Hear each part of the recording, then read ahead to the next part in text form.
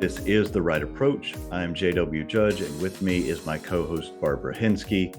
This is a podcast for writers to learn more about the craft of writing as we explore a new topic every week.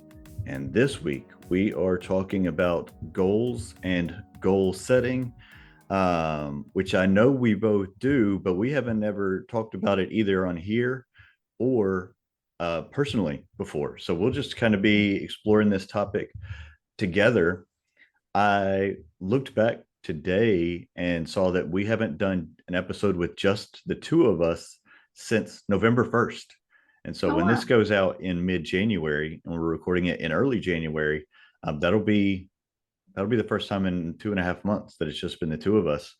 And I know that when we last recorded our most recent episode in mid-December, we haven't talked since then. So where are you at with writing, publishing? What's going on? Thank you for that. So I finished, since we were last together, I finished the first draft, and I've done my first edit of the 9th book in my Rosemont series. That'll come out sometime next year. I need to send it into copy editing, and I have not. The holidays hit, and I didn't even contact the copy editor. I'll probably do that next week. So I've got that done, and I've got the 4th book in the Guiding Emily series is with the proofreader. So I was able to move some things along. And then I've been doing, life stuff. Obviously, the holidays get in the way, Yeah. and not get in the way. I don't mean it like that. So yeah, I set a goal when I do my planning every year of taking the last 2 weeks of the year off. And I pretty much did that this year, which felt really good. And I'm not planning to do any new writing, new drafting in January, as I'm attending to tax papers and other kinds of businessy things that we'll talk about. But that's sort of where I am on my creative projects. How about you? I know you got some big milestones done. I'm very impressed. I did. But you mentioned tax stuff, and I will admit I have not done any of the kept up with any of the business stuff for months. I know Oh, it's terrible. It's terrible. It's yeah. just Well, uh I've just totally I'm like, it's not I forgot. It's I intentionally consciously neglected it. I was like, I yeah. know I will have to deal with it in January and I will deal with it then, but I am trying to write this book. Yeah. And so I did finish in let's see, early mid-December. I finished the first draft of Casual Business with Fairies, which was my 4th novel. It has some tie-ins to previous novels, which is something we talked about with Kevin Tumlinson. Um, if people read it without having read that first trilogy that I wrote, they aren't going to be lost or have, there's not going to be any detriment if they read it in that particular order. But if they like it well enough that they decide to go read other stuff, they will be, surprised to find that those people, pre-exist. So I think it's a good way to tie some intellectual property together. Um, Yeah. so I finished the first draft, and then I don't want to get too much into what I did next because I know that the next episode we record is going to be about our editing processes that we do after we finish our first draft. So I'm going to hang on to what I did next, but I will say that just before we got on, I checked my email, and the proof for the jacket and the hardcover edition came back from Ingram Spark, and all of it looked good. And so the paperback I approved a couple days ago, I approved that one. So now those are making their way into stores so that they can be pre-ordered for the release on May 2nd. And give us the title again. Casual Business with Fairies. I And love that title. yeah, the title came along with the very first idea for the story in a conversation that I had with another lawyer who's also a parent, where they said, you know, that they don't do casual business with fairies, so they don't participate in the tooth fairy and all that. And that was like the story came out of that one line, and the That's whole so, thing came out of that, and then that stuck as the title. I considered some other things, but I just kept coming back to that. do you have the cover line or a copy of the cover image I to hold up and I will show us? try and get that ready for our next episode and Okay. do a screen share with Yeah. that, because I think it would be clunky to do right Okay. now because I don't have it ready. But I do love the cover. And for all of for my nonfiction books that I write under my given name, I had a friend of mine who is a lawyer and an illustrator and cartoonist. She did all my covers for me then, but I have done all of my fiction covers. So before, I've done years and years of photography and have just an aesthetic eye and have worked in Photoshop for a long time. And I really enjoy doing that as a part of my Mhm. process of figuring out. And I've spent, I don't know how many hours and hours and hours and hours, like with each cover is hours and hours, Oh, because it's sure. part of my process of figuring out the book and what's the, not only like the aesthetic of the cover, but how that matches the content between the covers too. And so for, I have now started, I'm in my third chapter of my next book, which is a murder mystery slash suspense thriller with no magical like fantasy elements. It's just straight suspense stuff. And I'm really excited about it. But I've already done the cover for it. Um, because I had a really good idea of what I wanted it to be and found the images that I want and the font. And so, like, that's ready to Wow. go. Now I just have to write the book. That's just amazing. Yeah, you have a gift. I certainly don't have that graphic gift. I have ideas for covers that I talk to my designer about, but no.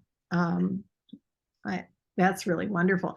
And so going back to some of this planning stuff, first of all, I salute you for saying on your on your record keeping, okay, this can wait. There's a higher order of business, and that's getting the book done, especially as busy as your life is. You're still practicing law at a very high level, very vigorous practice. So good for you for doing that. Just wanted to share my little easy process for keeping track of all my author expenses. I just have a spreadsheet, an Excel spreadsheet, categories across the top, months down the side. And I just, every time I spend any money author wise, whether it's advertising or my VA or whatever it is, I just put the amount in there. I print out a copy. I file it. Well, I pay everything if I can through my business credit card. Print the copy of the receipt, put it in a folder. When my credit card statement comes, I check it off, and then I put it in a little colored folder. Just got a red rope. Being an old lawyer, you know about these. I have a red rope folder with folders in it for each of the different categories on my spreadsheet. Throw it in there at the end of the year. I just take them all out, clip them together, send my accountant my Excel spreadsheet, and that's all I have to do. It is lovely. Of course, I've never been audited, but I'm a good little record Yeah. keeper. Looking at generally good paper pushers, paper keepers. So really doing my author taxes um, is a very easy thing for me. You know, since I use an accountant, if I did it myself, that would take more time, but I don't. Anyway, So that's my I process. also have a spreadsheet. I just haven't done anything with it. So, Yeah. but I do put all my Yeah. author expenses on, almost all of them on my credit card, the business So credit you, card.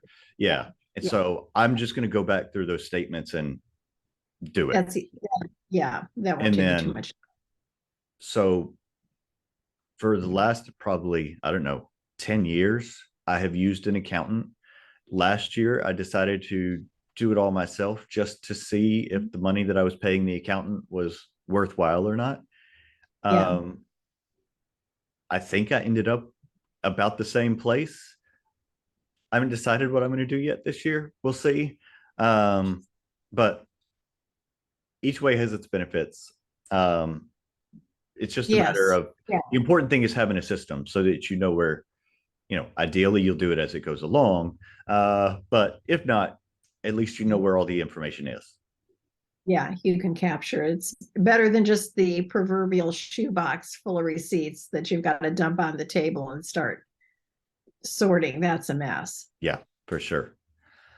All right. Well, let's talk about goal setting, and let's Yeah. start with 2022. What goals Okay. did you have for 2022? What happened? And then after that, let's get into what's coming up for this new year. Okay. So just going from memory on 2022, one of my goals was to get on the USA Today bestseller list, and that happened in January. So I accomplished that. I wrote, I had a goal of writing one book and contributing it to a connected series that I wrote with a number of other women's fiction authors. It did well enough that we wrote another book. So I did that. And I wrote um, the book that got me on the USA Today bestseller list. I wrote a sequel to that right away, captured that, and then wrote um, two more in my Emily series and another in my Rosemont series. So I had an insanely busy writing year last year, which was more than I had originally planned, simply because I knew that this year I've got at least one of my kids is getting married. They both may be getting married. I may have a trip to Europe, a trip to Africa, and to Canada. So I thought, all right, I had better front load some of this production, or we're going to have uncomfortably long gaps between my work, or I'm going to be absolutely miserable in 2023. So those were the main goals. I kept one of the things I I think I did better in 2022 was, well, I looked at TikTok. I learned TikTok. I worked on TikTok. I think I mastered it and did it at a high level and decided it did not move the needle for me in terms of book sales. So I just abandoned it, which felt good to try something and say, no, it's not working. Give myself permission because I've always been one to kind of go after the next shiny thing. And sometimes that's not good. Well, you did So the that, USA Today bestseller thing just in time since they are yes, discontinuing that. I know that is all the buzz, isn't it? And I know so many people who are doing what I and the other 9 authors in this anthology were doing. We're making a bestseller list run, which is expensive because you have to buy a lot of advertising to Mm. get your book out there, and just a tremendous amount of time being guests on podcasts and blogs and Facebook takeovers and all kinds of stuff. So there are people who had invested months and thousands of dollars, and now all of a sudden it's like, oh, well, that's gone. Yeah. I've been told that USA Today is going to be bringing it back and that they're keeping the statistics so that they can kind of retroactively do those lists. But, who knows? Yeah. Well, why why goal setting? Why is it important to you? What is it? How does it help you? Yeah. Well, I guess being a business lawyer, I spent 40 years of my career doing business plans and all of that. So it's kind of part of my DNA. But I think it's difficult to know how to steer the ship if you don't know where you're trying to go. That, old analogy. So I think it's very helpful to at least know what you want to try and accomplish. And when I set my business plan, I don't just do my author business plan. I make it basically a life business plan because so much of this, now that I'm a full-time author, it affects everything I'm doing, and I need to be able to plan, what time do I want to take off? How much time is my daughter's wedding going to take? How much time am I going to be out of the box if I indeed go to Africa, for heaven's sakes? I'm in Phoenix, Arizona. I'm in the West Coast. So that's a huge trip. Um, so how about you? Well, tell me about your 2022. My only writing related goal that I had in 2022 was to write 100,000 words. That's it. I kept it really simple. That's it. That's all it That's was, just a hundred well, I thousand mean, dollars. not Oh that's my it, as God. in that's a trivial amount, I'm but jealous. that's it, as in Yeah. there was only the one goal. Yeah. I mean, because it's something that I know it's arbitrary, but there had been several times. I guess the two prior years I had written over 90,000 words, but I just hadn't gone over 100,000. And at the start of 2022, I had just started my third novel. So I knew I had that, basically that whole thing in front of me. I had a nonfiction book in mind that was relatively short. I mean, 35, I have to remember, somewhere around 35 or 40,000 words. I had parts of it already done in a way because it was chronicling or putting together all the blog entries I'd been doing for the writing of that third novel. So I knew I had already had that and it was going to incorporate it into the book. And so, it seemed doable, not easy. I had to average somewhere around 300 words a day for the whole year, but doable. And I ended up coming in somewhere between 140 and 150,000 words. Look at you.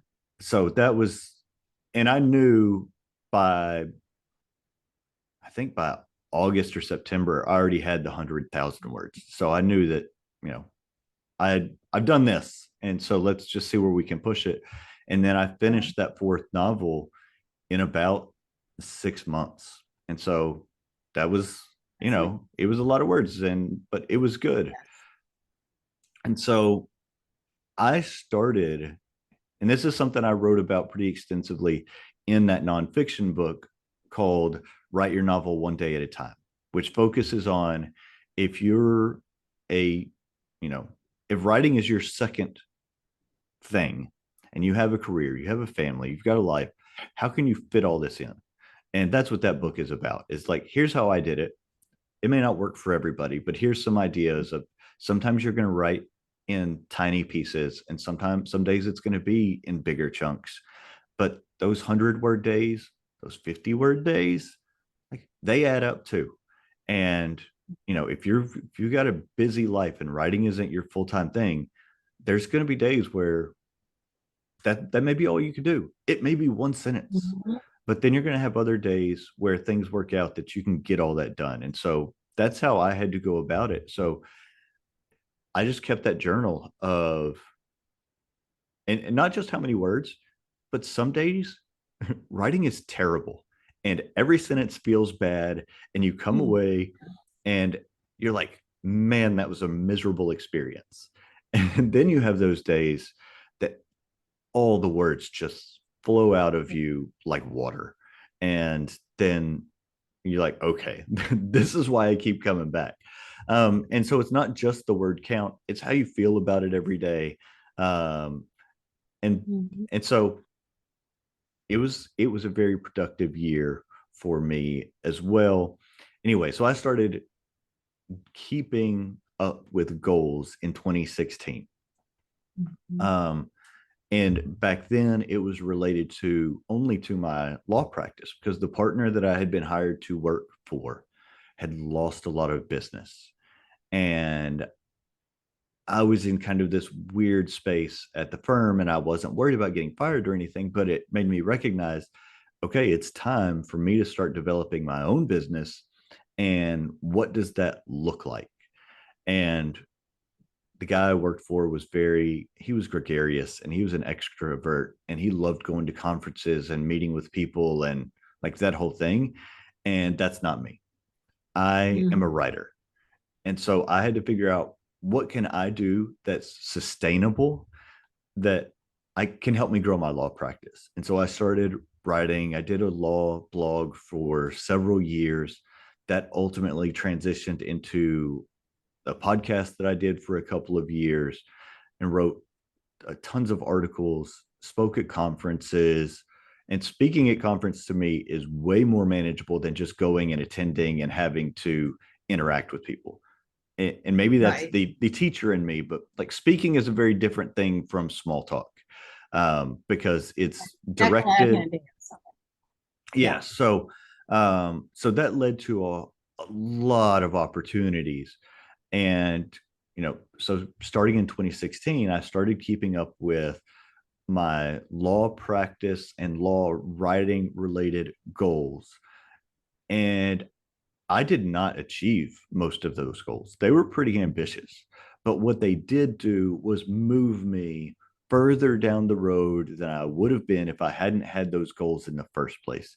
And for me, I don't Yeah. mind failing, and I don't think that's the right word, but I don't mind failing and not achieving the goal that I set out, because I know that the goal itself isn't the thing. It's Yeah. what am I pushing toward? And that's how I view Mhm. it. And so for me, if I don't achieve the particular goal, that's fine. We'll reset the next year and see. And Yeah. so that's I've before this conversation, I wrote down what do I want out of 2023 for my writing, and it looks different than what I wanted for 2022. Although some of the metrics may end up the same, but how I'm going to get there, I think, is different. So um, what does 2023, knowing how crazy it sounds like the personal side of things may Yeah. be for you, what does the writing side look like for you in this upcoming year? So on the writing side, I will um, publish the ninth Rosemont book and the fourth Guiding Emily book up, because those are have minimal amounts of work left. I mean, it's still substantial, but the creative work on my part is done. So I'll get those out. I want to write another in my Paws and Pastries series. Those are like 50,000 words. They go fast, and I love writing that series. That is the easiest series for me to write. Least amount of research. The Emily series on about the blind person and the guide dog. There's a lot of research in that. So how long are Um, your Rosemont and Emily books? It, they're 70 okay. to 70. Yeah. Um, and I want to find out. I need to do an email later today, as a matter of fact, find out if we're going to write a third book in that connected series, the Wishing Tree series. I want to find out what the other authors want to do, because I think if we're going to do it, I would like to just start writing that and get that done. I kind of am on the fence about it. If the others want to do it, that's fine, and if they don't, I'm fine with that too.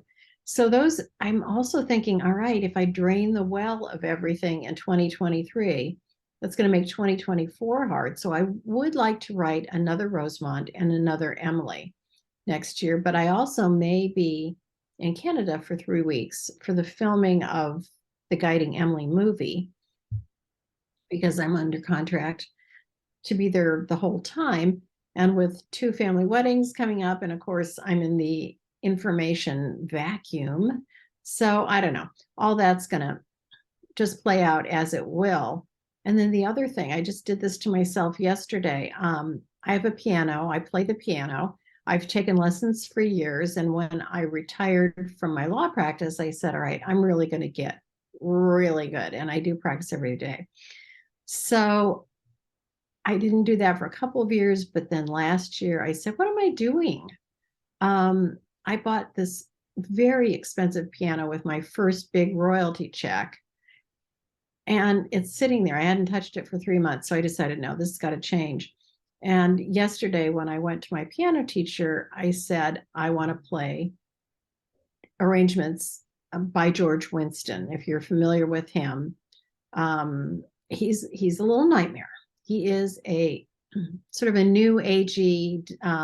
The Pachelbel canon is one of his famous ones.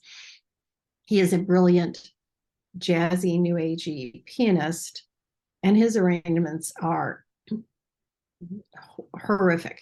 But I said, yeah. So she had got this, but she got the book for me and she put it up on the piano and she said, oh my God, Barb, Are you sure? And I said, yep, we're doing it. So she said, well, you're going to have to practice a couple of hours a day. I mean, you can do it. Anybody can do it. I mean, not anybody, but you're at the level you can do this, but it ain't going to be easy. So I said, all right. So I'm here to report. I've already spent an hour today and I will spend another hour. We'll see how long that lasts, but that's kind of, it's not an author goal, but with the idea that all of these creative avenues feed on each other. Yeah. Hopefully that will serve my creativity and it'll give me brain function and all that kind of stuff. Well, I took piano for 5 years as a child, from first through fifth grade, and Mhm. had no natural skill, at it. Yeah, I'm not sure I do either. Yeah. But I think the only thing that these many years later that I've retained from it is that I can read music. That's probably about it. Oh, good. Um, Good. Good. Yeah. but like the only place there's like corporate music with a body is at church. But at our church, Yeah. we don't even use hymnals anymore. It's all on a screen. And so there's Yeah. not even like the hymn book to be able to look at the notes. And so I'm not sure how much value that has anymore, but I think I could still do it if I had to. There you go. Yeah. Um, well, for me, 2023, I have scheduled that fourth novel, Casual Business with Fairies, for it will publish on May 2nd. I've started writing the fifth, which no magic systems, no fantasy, it's just straight suspense murder mystery. It's kind of like Lost or Castaway meets Agatha Christie's Until There Were None. Oh, Oh, um, I'm a fan already. okay. Yeah. Um, I plan to finish. I'm not sure how long this one's going to be. I don't have a good feel for it yet. I know in general terms what's going to happen. I have a pretty good idea of what's going to happen in the first quarter of the book. Mhm. Um, but that's it. I don't have anything beyond that.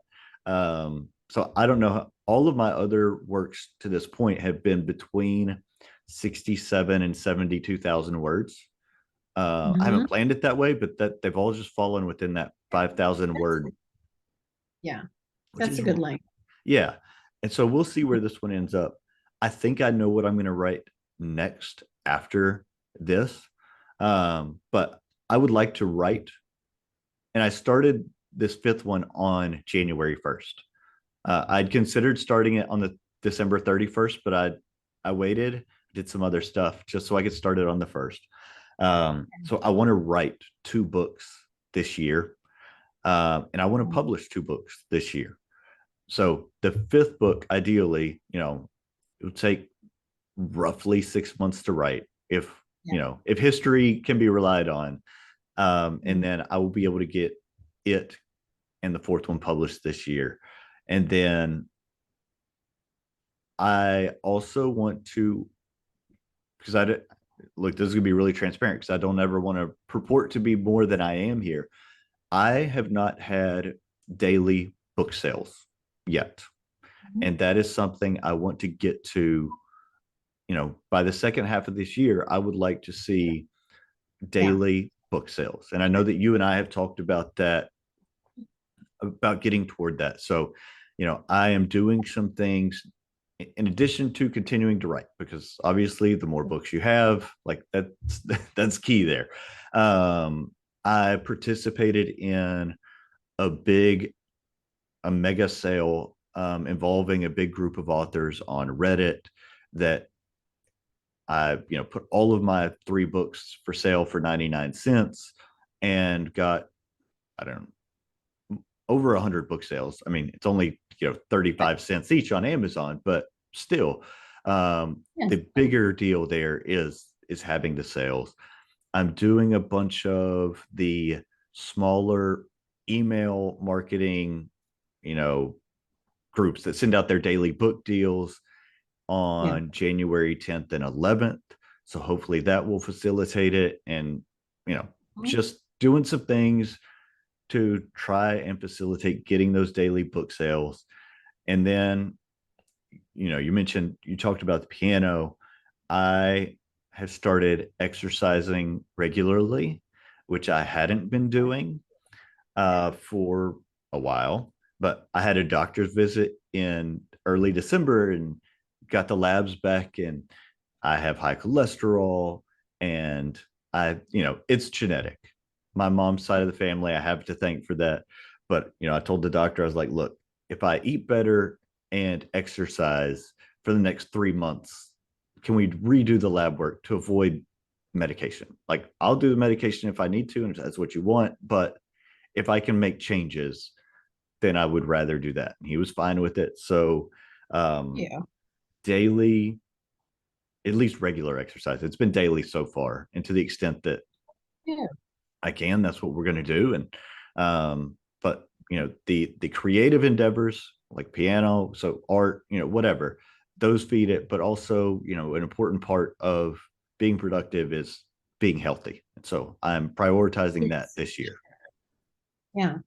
And I want to mention, I know we're getting close to the end of our time, but I want to salute you for the tenacity you've shown to say, okay, I can just write a sentence today, or I can only write 50 words or 100 words, and you still do it. You don't lose that time. Because I would wager that on those days where you say, I've only got time for a sentence, well, maybe you got 30 sentences by the time you were done. And if you hadn't put your pick in and sat down and started, these people who say, I'm waiting for the muse to inspire me. Well, that doesn't work. That isn't how it works for me. I I have to agree. sit, whether I feel like it or not. I sit in my chair, I put my hands on my keyboard, and I think and I type. And as you said, some's better than others, but you got to be doing it. Well, and I forget to who to attribute this to. It may be John Wooden. I don't know who it is, but somebody said, the harder I work, the luckier I get. And Yes. Yeah. the same is true of writing. The more consistently you write, the more days that the muse shows up. If that's what Yes. if, Yes. but on the days that you're not feeling it, you still got to get it done. Yeah. Yep. All Absolutely. right. I think that's a good place for us to drop this off is and then pick up the next episode, which is going to be about what to do after you finish the first draft, because that's something I see a lot of, especially young writers, even people who have a book or two under them are still trying to figure out that process. And so we're going to talk about our processes. Yep. Sounds good. All right. Thanks.